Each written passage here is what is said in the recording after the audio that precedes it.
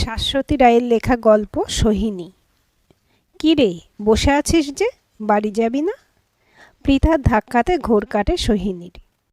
আরে দেখ না, ভাস্করকে আজকে নোটসটা জেরক্স করতে দিলাম, অনেকক্ষণ হয়ে গেল, কোনো পাত্তাই নেই। তুই আবার ওই চিটারটাকে তোর নোট দিয়েছিস? পৃথা বেশ রেগে বলে। তুই না পৃথা সবসময় বড্ড ওর বিরুদ্ধে বলিস। তো কি করব বল? ভাস্কর সরকার ভালো মতোই জানে তুই ওকে ভালোবাসিস, ও সেটার ফায়দা তুলছে, তোর কাছ থেকে সব রকম অ্যাডভান্টেজ নিচ্ছে, আর তুই সব জেনে বুঝে বিরোহিনী রাধা সেজে বসে আছিস। দেখ গিয়ে অন্য রাধিকা নিয়ে কোথায় দোলনা দুলছে। ভুল ভাবছিস তুই, দাঁড়া আমি কল করে দেখি একবার। পৃথাকে কোনো রকমে চুপ করিয়ে টকটক নাম্বার টিপে ভাস্করকে কল করল সোহিনী। বেজেই যাচ্ছে, ভাস্কর ফিরিয়ে দিচ্ছে সোহিনীকে। কলটা কেটে ছোট্ট একটা শ্বাস ফেলল সোহিনী। কী রে, ধরেনি তো? আমি তো বলেইছি তোকে। পৃথার কথার উত্তর দিতে পারল না সোহিনী। শান্তিনিকেতনের ঝোলা ব্যাগটা কাঁধে তুলে নিয়ে বলল, চল ফিরি, পরে কল করে নেব ওকে। আরও কিছু একটা মিথ্যে এক্সকিউজ দিয়ে তোকে আবার বুদ্ধু বানাবে। হেসে ফেলে সোহিনী পৃথার রাগ দেখে। ওরা দুজন এবার দুদিকে যাবে। সোহিনী যাবে নাকতলা, পৃথা পুরো উল্টো দিকে পার্ক সার্কাস। তবু সোহিনী বাসে না ওঠা অবধি পৃথা রোজ দাঁড়িয়ে থাকে। ক্লাসের অন্য বন্ধুরা পৃথাকে সোহিনীর বডিগার্ড বলে খেপায়। পৃথার অবশ্য তাতে কোনো হেলদোল নেই। অঙ্কে অনার্স নিয়ে গ্র্যাজুয়েশন থেকে সোহিনীর সাথে পড়ছে সে। সামনের বছর তাদের এমএসসি ফাইনাল। এই বছরে সে বুঝে নিয়েছে সোহিনী নামের তার বন্ধুটি এতটাই ভালো মানুষ যে কেউ তার সরলতা সুযোগ নিতে পারে। বাসে উঠে পৃথা সোহিনীর কথা ভাবছিল। এত বোকা মেয়ে, ক্লাস নোটগুলো অবলীলায় লোককে দিয়ে দেয়। আরে ফেরত না পেলে তখন তো আবার পরিশ্রম। আর এই ভাস্কর ছেলেটা তো এক নম্বরের শয়তান। কি করে যে সোহিনী ওটার খপ্পরে পড়ল। ব্যাটা গাছের খাবে আবার তলার কুড়ু বেটাই। লাস্ট 2 বছর ধরে রাত জেগে ফোনে আড্ডা দিচ্ছে। সোহিনীর এঁটো চামচ দিয়ে ওর আইসক্রিমে ভাগ বসাচ্ছে। সোহিনী অন্য কোনো ছেলের সাথে কথা বললে অভিমানের নাটক করছে। এদিকে ওই 3টে শব্দ কদাপি মুখে আনে না। পৃথা একবার কায়দা করে বলেওছে সোহিনীর মনের কথা। এমন ভাব করল যেন ভালোবাসা শব্দটা প্রথম শুনছে। না, পৃথাকে উদ্যোগী হয়ে সোহিনীর মাথা থেকে এই ভূতটা নামাতে হবে। সামনের বছর ফাইনালটা ডোবাবে না হলে। যা দুর্বল মনের মেয়ে। বাস থেকে নেমে অন্যমনস্ক হয়ে হাঁটছিল সোহিনী। পৃথাটা যেন কি, সেদিন ভাস্কর কি তীব্র আশ্লেষে চুমু খেলো সোহিনীকে। ভালো না বাসলে এটা হয়? যার তার কাছে আসা যায়? যদিও পৃথাকে এই গল্প করেনি, আরও গালাগালি দিত তাহলে। সেদিন সকাল থেকে টিপটিপ বৃষ্টি পড়ছিল। সোহিনীর শরীরটাও ভালো ছিল না, কলেজে যায়নি। কানে হেডফোন গুঁজে গান শুনছিল আর অঙ্ক কষছিল সোহিনী। হঠাৎ ভাস্করের ফোন। কী রে, তোর বাড়িতে কেউ নেই? কখন থেকে বেল বাজাচ্ছি, কেউ খুলছে না। তুই আমার বাড়িতে এসেছিস? হ্যাঁ শোন, বেল বাজাচ্ছি। সত্যি তো, নিচে বেলের শব্দ। সোহিনী এক ছুটে দোতলা থেকে নেমে আসে। সত্যি সত্যি দরজায় ভাস্কর। বাব্বা, সবাই ঘুমোচ্ছিস নাকি? ভাস্কর জুতো খুলতে খুলতে বলে। না রে, আমি গান শুনছিলাম, আর মা গেছে পিসির বাড়ি, কাছেই। দাঁড়া, তোকে একটা তোয়ালে দিই, ভিজে গেছিস একদম। চা খাবি? তোয়ালে এগিয়ে দিয়ে সোহিনী বলে। হঠাৎ করেই ভাস্কর সোহিনীকে কাছে টেনে ঠোঁটে ঠোঁট মিশিয়ে দিল, মুহূর্তের জন্যই। সোহিনী বাধা দিতে পারেনি। পরে অনেকবার নিজের উপর রাগ হয়েছে, কিন্তু কীই বা করতে পারত সেদিন। ভাস্করকে যে ও উন্মাদের মতো ভালোবাসে, এ কথাও তো সত্যি। ভাস্কর বলে, ভালোবাসা যদি বলে বোঝাতে হয় তাহলে সেটা ভালোবাসা নয়, ভালোবাসা শুধু অনুভব করতে হয়। হ্যাঁ, অনুভব করে সোহিনী, মন প্রাণ দিয়ে অনুভব করে। কিন্তু মাঝে মাঝে ভাস্করের কিছু আচরণে ওর সন্দেহ হয়। ভাস্করের কাছে এসব শুধুই মজা নয় তো। বাড়ি ফিরে মায়ের তৈরি জলখাবার খাচ্ছিল সোহিনী। তখনই ভাস্করের ফোন। এতবার ফোন করেছিলি কেন? কিছু হয়েছে নাকি রে? মানে? নোটসের খাতা নিয়ে বললে জেরক্স করে আসছি বলে গায়েব হয়ে গেলি। 2 ঘন্টা ওয়েট করেছি তোর জন্য, কোথায় ছিলি? সোহিনী চোখ ভিজে আসে অজান্তেই। এ বাবা, তোর থেকে খাতা নিয়েছিলাম না রে, একদম ভুলে গেছি। দেখেছিস, আসলে ইউনিয়নের কিছু ছেলে এসে ধরলো, ফুটবল ম্যাচ দেখতে চলে গেছিলাম যুবভারতীতে। তুই কি কোনো দিন আমার ব্যাপারে সিরিয়াস হবি ভাস্কর? তোর আবার কি ব্যাপার? ভাস্করের গলায় বিস্ময়। কিছু ব্যাপার না। ফোনটা কেটে সুইচ অফ করে দিল সোহিনী। রাতে শুতে যাবার আগে ফোনটা অন করলো সোহিনী। না, ভাস্করের কোনো সাড়া শব্দ নেই। খুব খারাপ লেগেছে কি? লাগুক গে, আজ যা করেছে ও, এটুকু রাগ সোহিনী দেখাতেই পারে। পরের দিন সোহিনী কলেজে গিয়েই দেখল ভাস্কর রেশমির সাথে গল্প করছে। সোহিনীকে দেখে উঠে এলো। তোর খাতাটা, আই অ্যাম সরি, কালকের জন্য। সোহিনীকে একটা কথাও বলতে না দিয়ে আবার রেশমির পাশে গিয়ে বসে পড়ল। দেখলি তো, পৃথা এসে দাঁড়িয়েছে পাশে। কোনো রকমে চোখের জল সামলে পৃথাকে বলতে পারল, চল বসি, স্যার চলে আসবেন। সারাটা পিরিয়ডে সোহিনী একটা লাইন লিখতে পারল না। ফাঁকা চোখ বোর্ডে স্থির। এনবির পড়ানো একটা শব্দও কানে প্রবেশ করছে না। ছুটির পর সোহিনী ক্লাসরুমে একা বসেছিল। কী রে, এরকম ভেবলু হয়ে বসে আছিস যে? ভাস্কর সামনে দাঁড়িয়ে। পৃথা ওয়াশরুমে গেছে, ও এলে উঠব। মুখে জোর করে হাসি এনে সোহিনী বলে। ভাস্কর তাকিয়ে আছে, যেন পড়তে চাইছে সোহিনীকে।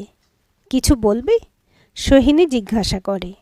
রাতে একবার আমাকে কল করিস। এই ধর 9টা নাগাদ, কথা আছে, বলেই বেরিয়ে গেল ভাস্কর। লম্পটটা কি বলতে এসেছিল রে আবার? পৃথা দেখতে পেয়েছে ভাস্করকে। আহা পৃথা, ভালো লাগছে না, চল এবার। বাড়ি ফিরে কোনো কাজে মন দিতে পারছিল না সোহিনী। পড়তে বসলো, একটা অঙ্কও কষতে পারল না। টিভি চালালো, তাও ভালো লাগছে না। বর্ণময় নাচ গানও বড় উৎকট লাগছে। আজই কেন 9টা বাজতে এত দেরি হচ্ছে? একটা চাপা টেনশন কাজ করছে। কি কথা আছে ভাস্করের? ভাস্কর কি রেশমিকে? না, আর ভাবতে পারছে না সোহিনী। 9টা বাজার 10 মিনিট আগেই কল করে ফেলল। 2বার রিং হতেই ওপারে ভাস্কর। হ্যাঁ বল।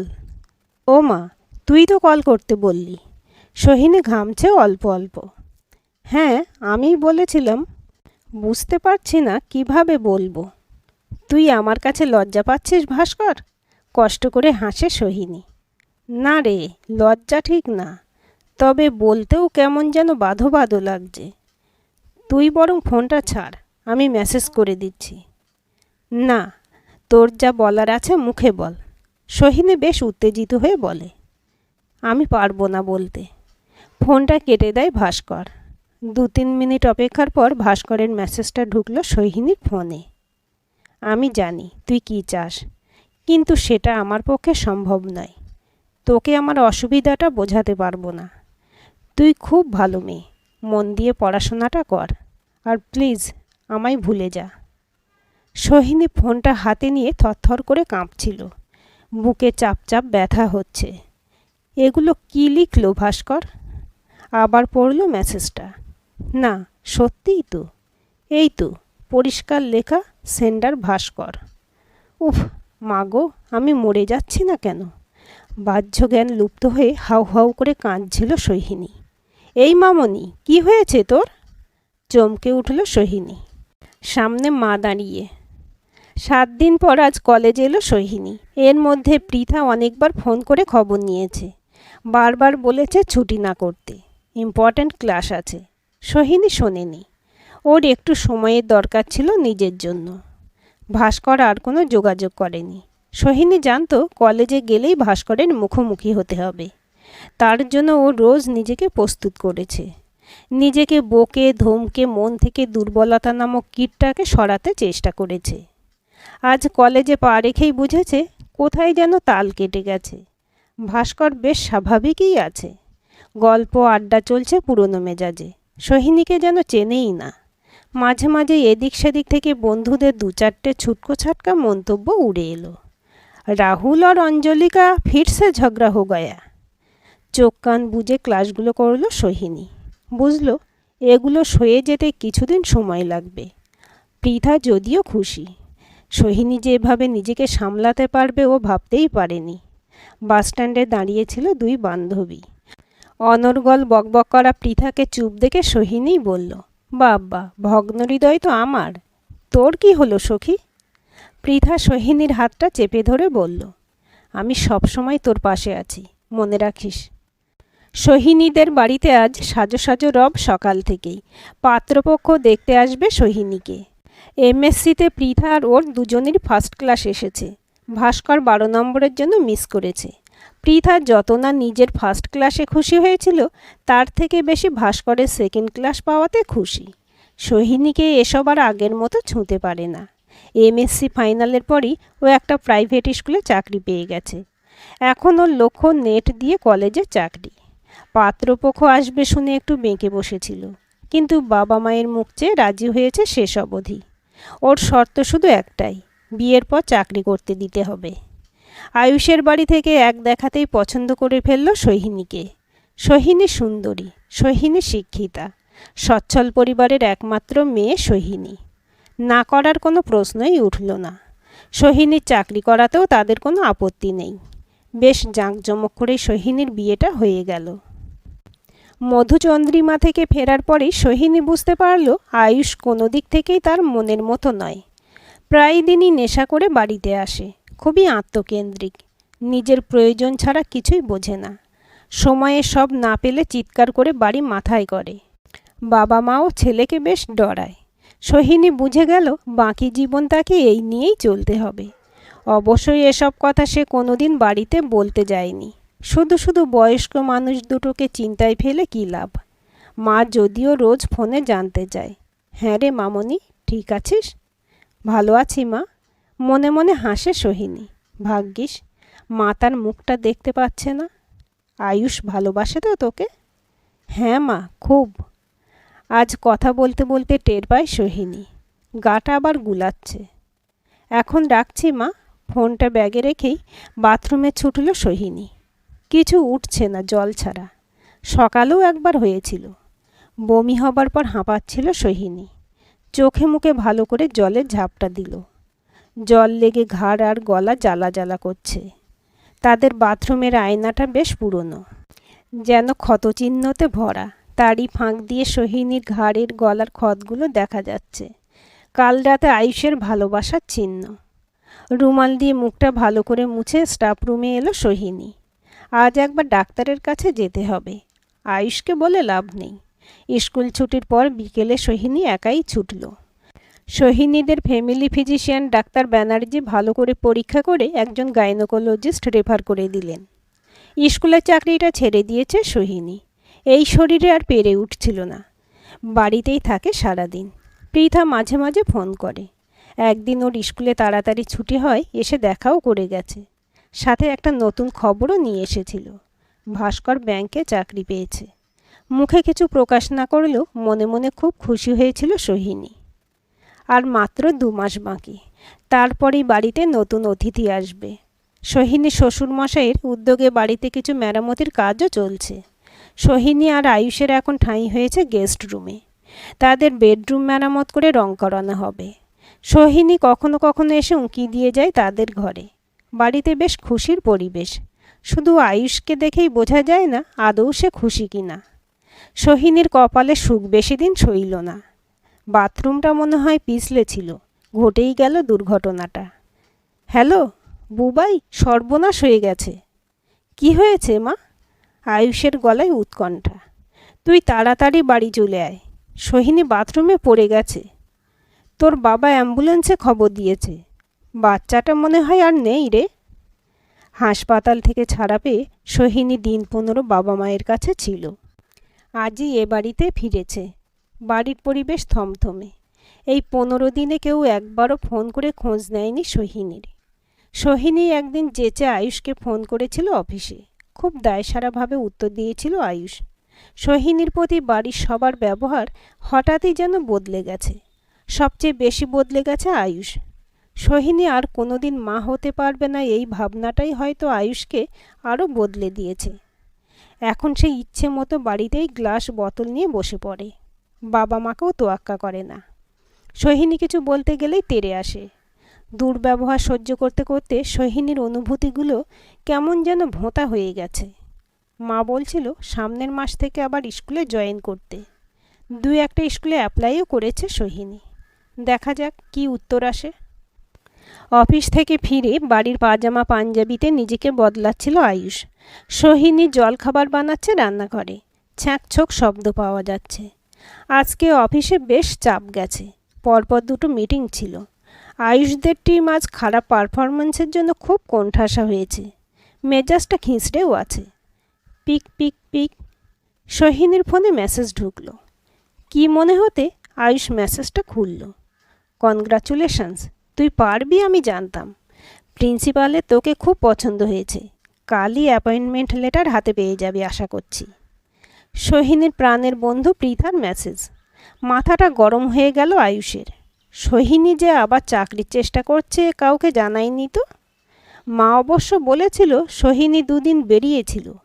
আয়ুষ অত গুরুত্ব দেয়নি। তবে এই চলছিল তলায় তলায়। সোহিনী চা জলখাবার ট্রে নিয়ে ঢুকছে।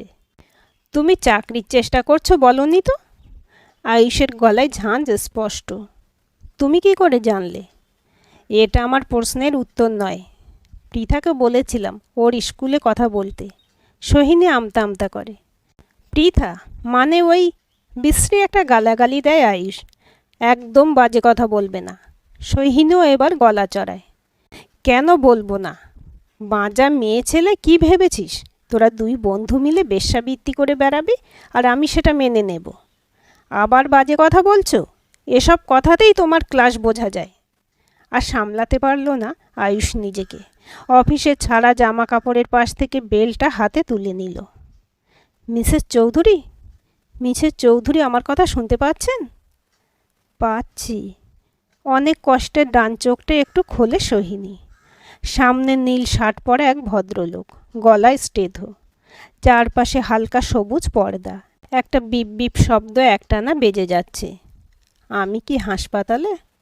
কোনো রকমে জিজ্ঞাসা করে সোহিনী। হ্যাঁ। নীল শার্ট একটু ঝুঁকে আসেন। আপনার বাড়ির লোক আপনাকে 2 দিন আগে ভর্তি করিয়েছেন। আপনি বলতে পারবেন কি হয়েছিল? একটু জল। জলটা খেয়েই আবার চোখ বোঝে সোহিনী। আবছা আবছা মনে পড়ছে সোহিনীর আয়ুষ কি একটা দিয়ে যেন মারছিল। বেল্ট।